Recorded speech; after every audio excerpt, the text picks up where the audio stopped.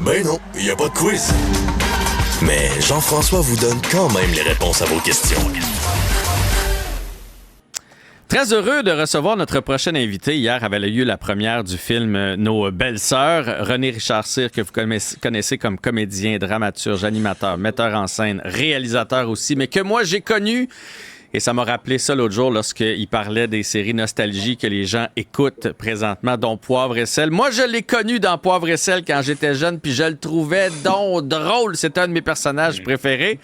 Salut, René Richard-Cyr, comment ça va? Salut, ça va bien toi-même? Merci de me faire ce voyage dans le passé. Ça fait quand même un bon bout de temps, là. Ça fait 40 ans. Ça te rajeunit pas, ça? Non, mais je me souviens, c'était une comédie là quand même, puis moi, visiblement, déjà, je commençais à tracer ma voie vers la comédie, là, fait que Poivre et sel, Peau de banane, toutes ces séries-là, on écoutait ça. Je comprends. J'avais beaucoup de plaisir, mais ça fait pas partie de notre sujet aujourd'hui. Avait lieu hier la première, qui est reçue de très très bons commentaires partout. Vous devez être content. Ben oui, on était content. On était content de le donner parce que faire un film, ça s'échelonne sur une longue période de temps. Fait que là, mettons, ça fait longtemps que le gâteau, on le préparait. Fait qu'on était content de couper des tranches puis que le monde dise c'est bon, il goûte bon ton gâteau. Fait qu'on était bien ravis de pouvoir le donner, surtout qu'on n'avait pas eu.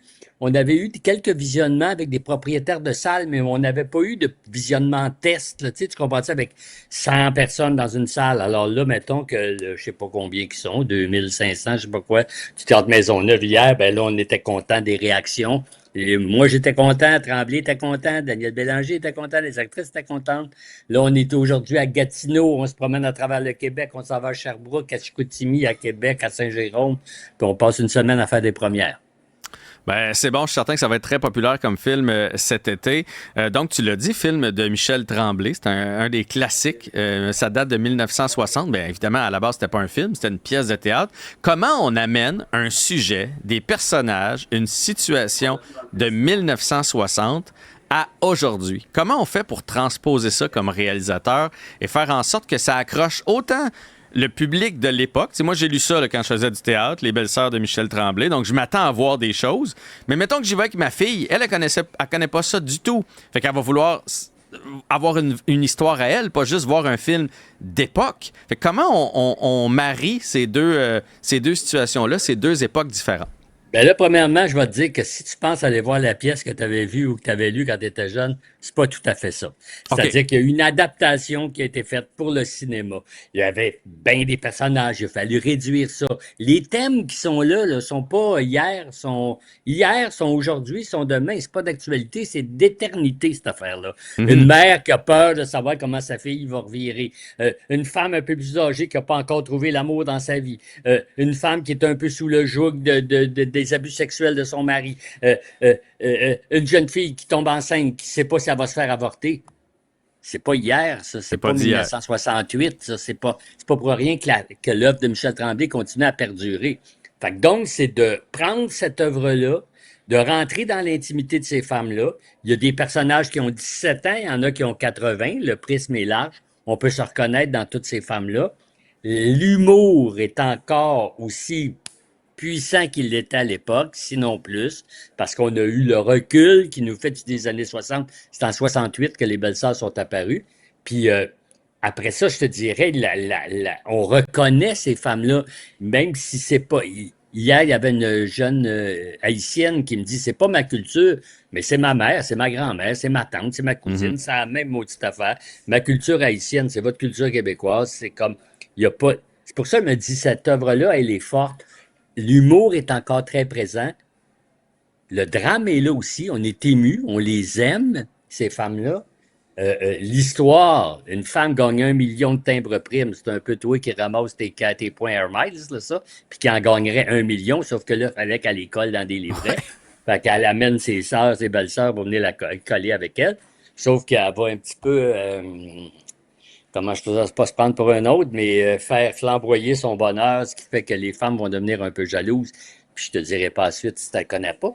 Puis fait, la musique aussi, le fait que ce soit Daniel Bélanger qui a composé la musique, le fait que ça soit Team White, 2 jeunes qui ont à peine 30 ans qui font les chorégraphies, tout ça permet de rajeunir, je te dirais, l'œuvre, de prendre comme une belle argenterie puis de la reshiner, tu comprends-tu, comme Ben oui, je comprends. pour la rendre la plus attrayante. Fait qu'il y en a bien du public, même hier, des jeunes, des très jeunes, qui se reconnaissent, même si c'est pas leur mère, même si c'est pas leur grand-mère, qui reconnaissent cette même réalité-là, là, je te dirais. Tu parles de Daniel Bélanger, de Team White qu'on a vu à Révolution. Est-ce qu'il y a un petit côté, là, on en a vu des films comme ça, un peu comédie musicale? Donc, dans certains passages du film, là, il y a des chorégraphies, ça chante, ça danse, puis... Oui, tu sais, comédie musicale, c'est comme si on dirait que des fois, ça fait prétexte à chanson. C'est comme si tu attends la prochaine tune puis le prochain numéro de production. J'aime mieux dire que c'est un film, que c'est une histoire, que c'est un récit. Puis à un moment donné, ça devient trop le fun, ou ça devient trop révoltant, ou ça devient trop triste, puis je me mets à chanter, puis je me mets à danser. C'est plus ça qu'une comédie musicale dans le sens de se dire prétexte à chanson, prétexte à numéro. Mais il y a des numéros de production qui sont hot. Moi, j'espère que le monde va aller au cinéma parce que voir ces 40 femmes-là danser au bingo, c'est plus le fun sur un grand écran, puis il se passe plus quelque chose que sur ton téléphone ou sur ton petit iPad ou je sais pas quoi. Fait que j'espère que le monde va aller au cinéma. Tu sais, puis c'est une distribution vraiment toute étoile. Puis c'est le fun parce que ces personnages-là sont connus, mais là, une nouvelle génération d'actrices, parce que ces femmes-là sont au début de la quarantaine ou dans la quarantaine pour la plupart, ben c'est le fun qu'une nouvelle génération d'actrices prenne ces rôles-là. Tu disais distribution toute étoile, là, Anne-Élisabeth Bossé, Guylaine Tremblay, Valérie Blais, Geneviève Schmidt, puis là j'en passe, là, c'est vraiment une grande distribution, mais j'imagine quand vous les avez appelés pour leur dire on t'offrirait un rôle ou c'est toi qui as été choisi pour jouer dans Les Belles-Sœurs. Hey, ces femmes-là qui ont de très belles carrières devaient capoter. Oui, bien, c'est surtout le 3/4 d'entre elles sont venues passer des auditions parce qu'on sait que tu es bien bonne actrice, mais il va falloir que tu danses, il va falloir que tu chantes. Ou ben, Ariane Moffat, on sait que tu es une maudite bonne chanteuse, mais es-tu capable de jouer? Es-tu capable? Donc, il y a eu ce principe d'audition-là. Puis une fois que les 11 filles ont été trouvées, ces 11 femmes-là se sont retrouvées ensemble, puis là, tout à coup, parce qu'elles venaient d'horizons différents, puis ça, c'était pas calculé, mais qu'elles venaient d'horizons différents en disant, moi, c'est la première fois que je chante, moi, c'est la première fois que je joue, moi, c'est la première fois que je danse. Il s'est créé comme une espèce de, comment je peux dire ça, de vulnérabilité qui fait que tout le monde s'est greffé autour de ça. Mais tu as raison de souligner, de dire, hein, je vais jouer d'un Belles-Sœurs. Waouh, ça crie, c'est content. Puis en même temps, à un moment donné, je me rappelle avec Guylaine Tremblay, on était dans une ruelle en train de danser un mardi matin à 11h30. Là, je disais, hey, on était en train de danser, de faire une chorégraphie, de chanter dans une ruelle. On fait pas ça souvent.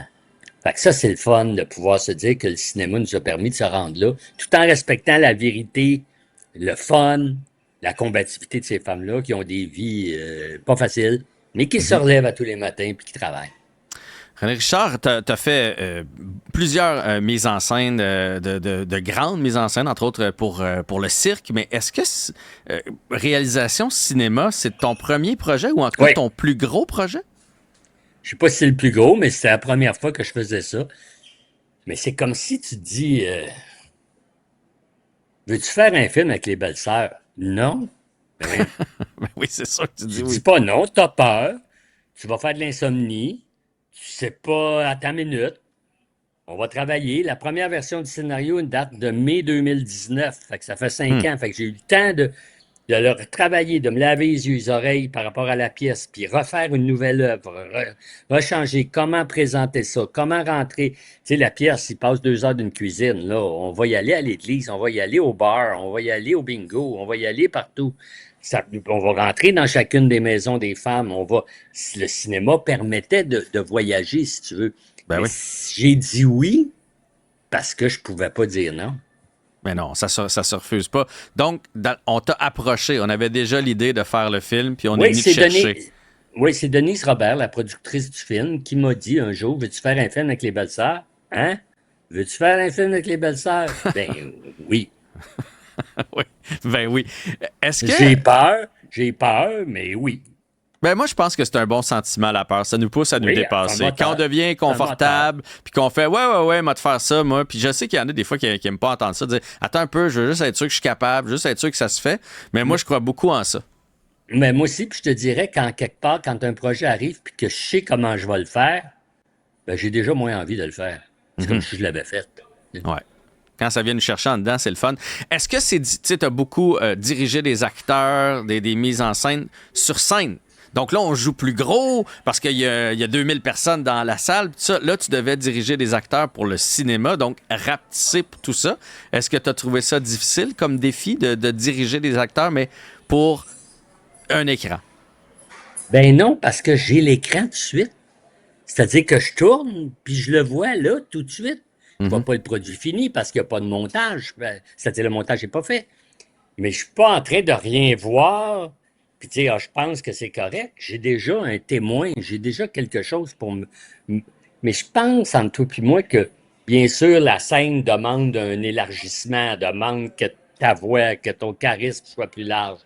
Mais la recherche de la vérité n'est pas si éloignée l'une de l'autre. Tu sais, je te dirais, il faut s'arranger que ça soit vrai, sauf que c'est sûr que sur un écran, quand ton sourcil mesure 2 pieds par 4 pieds, fais attention parce que quand tu vas le lever, ça va faire de l'ombre partout. Tu comprends-tu? Oui. Alors que souvent, sur scène, ben là, c'est plus grand. Il faut que tu en fasses un peu plus.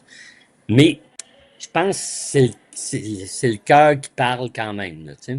Ouais. Puis en même temps, tu dirigeais des actrices de grand talent. Donc, il y en a plusieurs là-dedans qui étaient habitués là, à se lever le sourcil et à aller chercher la bonne émotion. Je trouve ça bien le fun qu'on revisite un classique. Je trouve ça le fun qu'on se rende compte que quand ça marche, ça marche. Ça peut traverser les époques. Faut pas toujours... Oui, il faut se réinventer des fois, mais parfois aussi, il faut pas bouder des choses qui fonctionnent. Puis je pense que ça va être un grand succès de box-office. Donc, tant mieux pour le cinéma d'ici, les acteurs, les actrices d'ici, les gens qui travaillent derrière. Alors, je vous souhaite bon succès. Ça sort officiellement le 11 juillet. Parce que là, c'était la première médiatique, mais les gens peuvent y aller à partir de jeudi. Alors, bonne chance et merci pour l'entrevue, René Chassé. D'accord, ben allez-y, vous allez avoir du fun. Allez-y, merci à toi. Ben, ça fait plaisir. Question de donner le goût à tout le monde. On va se quitter avec la bande-annonce, justement, du film qui sort dans 48 heures. Et le million de timbres prime Gold Stamp, c'est moi qui ai gagné! Toi, ça? Merci. Tu as gagné? Vous, ça? Pardon? La maudite chanceuse. Madame Lauzon? Est-ce que je suis sur les ondes, là? Carmine? Maman? 1 million? On va vous en faire des thèmes à coller, ça, madame? J'ai invité ma soeur, ma belle-sœur et mes voisines à venir m'aider. On va se faire un party de collage de timbres. Ben là, tu rentres pas à minuit, là. Mais Roland, c'est ma sœur. Ça va me faire du bien, une petite sortie. On peut-tu commencer à coller des thèmes en attendant? Des matelas pis des meubles neufs. Tout ça vous coûtera pas une scène. Pas une scène.